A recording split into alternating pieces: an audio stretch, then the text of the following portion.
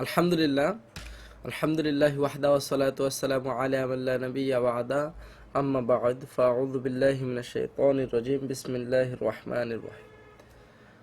আল্লাহর কাছে লাখ কোটি শুকরিয়া যে আল্লাহ তাআলা আপনাকে আমাকে সুস্থ রেখেছেন। আলহামদুলিল্লাহ, সুস্থ থাকার পর 300 টাকার একটা কোর্সে যুক্ত হয়ে মানুষের সেবায় নিজেকে নিয়োজিত করার উদ্দেশ্যে বরকতময় পানি সম্পর্কে জানার এবং বরকতময় পানি সম্পর্কে জেনে মানুষের সেবায় সেটা প্রয়োগ করে উপকৃত করার, উপকৃত হওয়ার যে একটা কোর্স চালু করেছি। এই কোর্সের আজকে 12 নম্বর ক্লাসে আপনাদের সবাইকে এখানে উপস্থিত হয়ে আমি ক্লাস সুন্দরভাবে নিতে পারতেছি, সুস্থ স্বাভাবিকভাবে। এর জন্য আমরা মহান আল্লাহ তাআলার কাছে শুকরিয়া আদায় করি। সবাই বলি আলহামদুলিল্লাহ।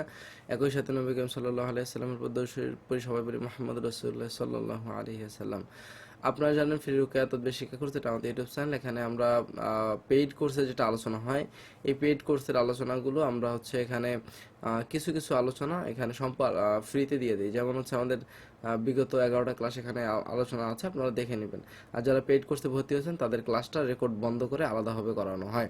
আচ্ছা, তো আজকে আমরা যে বিষয়টা আলোচনা করব সেটা হচ্ছে যে পানিতে কি কি বরকতময় কোরআনের আয়াত, হাদিসে বর্ণিত দোয়া, তারপর অর্থপূর্ণ ইছেম পরে ফু দিলে কি ফায়দা হয়, একটা পানিতে আপনি কি পড়তে পারেন। তো এটার জন্য আমরা সর্বপ্রথম যেটা বলি, দরুদ শরীফ ইস্তেগফার যে কোনো আমলের আগে পরে পড়বেন, সেটা ওখানে লেখা থাকুক বা না থাকুক। সোজা বাংলা কথা, দরুদ শরীফ ইস্তেগফার যে কোনো আমলের শুরুতে এবং শেষে পড়তে হবে। সেখানে কিছু লেখা থাকুক বা না থাকুক, যে এখানে আপনি একটা বই পেয়েছেন, বইয়ে লেখা আছে এই আমল করলে এটা হয়, কিন্তু ওখানে দরুদ শরীফ ইস্তেগফারের কথা নেই। কিন্তু আপনাকে দরুদ শরীফ ইস্তেগফার পড়তে হবে, এটা হচ্ছে 1 নম্বর নিয়ম। ঠিক আছে, আমি যদি একটু লিখে দেই, দরুদ ও ইস্তিগফার, ইস্তিগফার যে কোনো আমলের, যে কোনো আমলের আগে পরে পড়বেন। যে কোনো আমলের আগে এবং পরে বলতে আগে এবং শেষে, শুরুতে এবং শেষে পড়বেন। এটা হচ্ছে সাধারণ নিয়ম। এই নিয়মটা কোথাও লেখা থাকুক বা না থাকুক, আমি বলি বা না বলি কখনো, আপনারা এই জিনিসটা করবেন। এরপর সূরা ফাতিহাকে আমরা শিফা বলে মনে করি। সূরা ফাতিহা, ফাতিহা শিফা বা রোগ মুক্তি, রোগ মুক্তির জন্য মনে করি। এরপর হচ্ছে আমাদের সূরা বাকারা, সূরা বাকারা।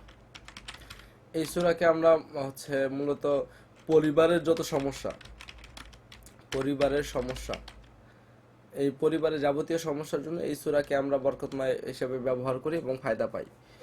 তারপর হচ্ছে সূরা সূরা কাফি, সূরা হচ্ছে ফিল, সূরা ফিল।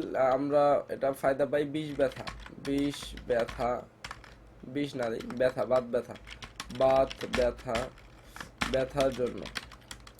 আবার আল্লাহ তাআলা একটা নাম ইয়া সালামু, ইয়া সালামু, এটা আমরা ব্যবহার করি রোগের জন্য, রোগের জন্য। এরপর আছে সূরা কাউসার, কাউসার, কাউসার, এটা আমরা ব্যবহার করি বশীকরণ ও বিচ্ছেদের জন্য। বিচ্ছেদ, বিচ্ছেদের নিয়মটা একটু কঠিন, যেটা এখানে বলা সম্ভব না। যাই হোক, তো আমি জিনিসটা বলতেছি, দেখেন এখানে আমরা বশীকরণ, বিচ্ছেদ, বাত ব্যথা, জিন জাদুর জন্য আমরা সূরা ফালাক নাস ব্যবহার করি। জিন জাদুর জন্য সূরা ফালাক, সূরা ও সূরা নাস, এগুলো আমরা ব্যবহার করি। এখন এগুলো কতবার পড়বেন বা কিভাবে পড়বেন, এই নিয়মটা হচ্ছে আপনাকে নিজেকে ঠিক করতে হবে। সূরাতে যতটা আয়াত আছে ততবার পড়তে পারেন, এটা পরে ফু দিয়েন। মনে করেন যে সূরা কাউসারে 4 আয়াত আছে, সেক্ষেত্রে আপনি 4 বার পরে ফু দেন, অথবা 40 বার পরে ফু দেন, এটা। তারপর হচ্ছে আমাদের সূরা ফাতিহাতে 7টা আয়াত আছে, আপনি 7 বার পরে ফু দেন, 7টা ফু দেন, প্রতিবার পরে একটা ফু দেন, অথবা 7 বার পর শেষে 7টা ফু দেন, অথবা 7 বার শেষে আপনি, আচ্ছা একটু সময় দেন।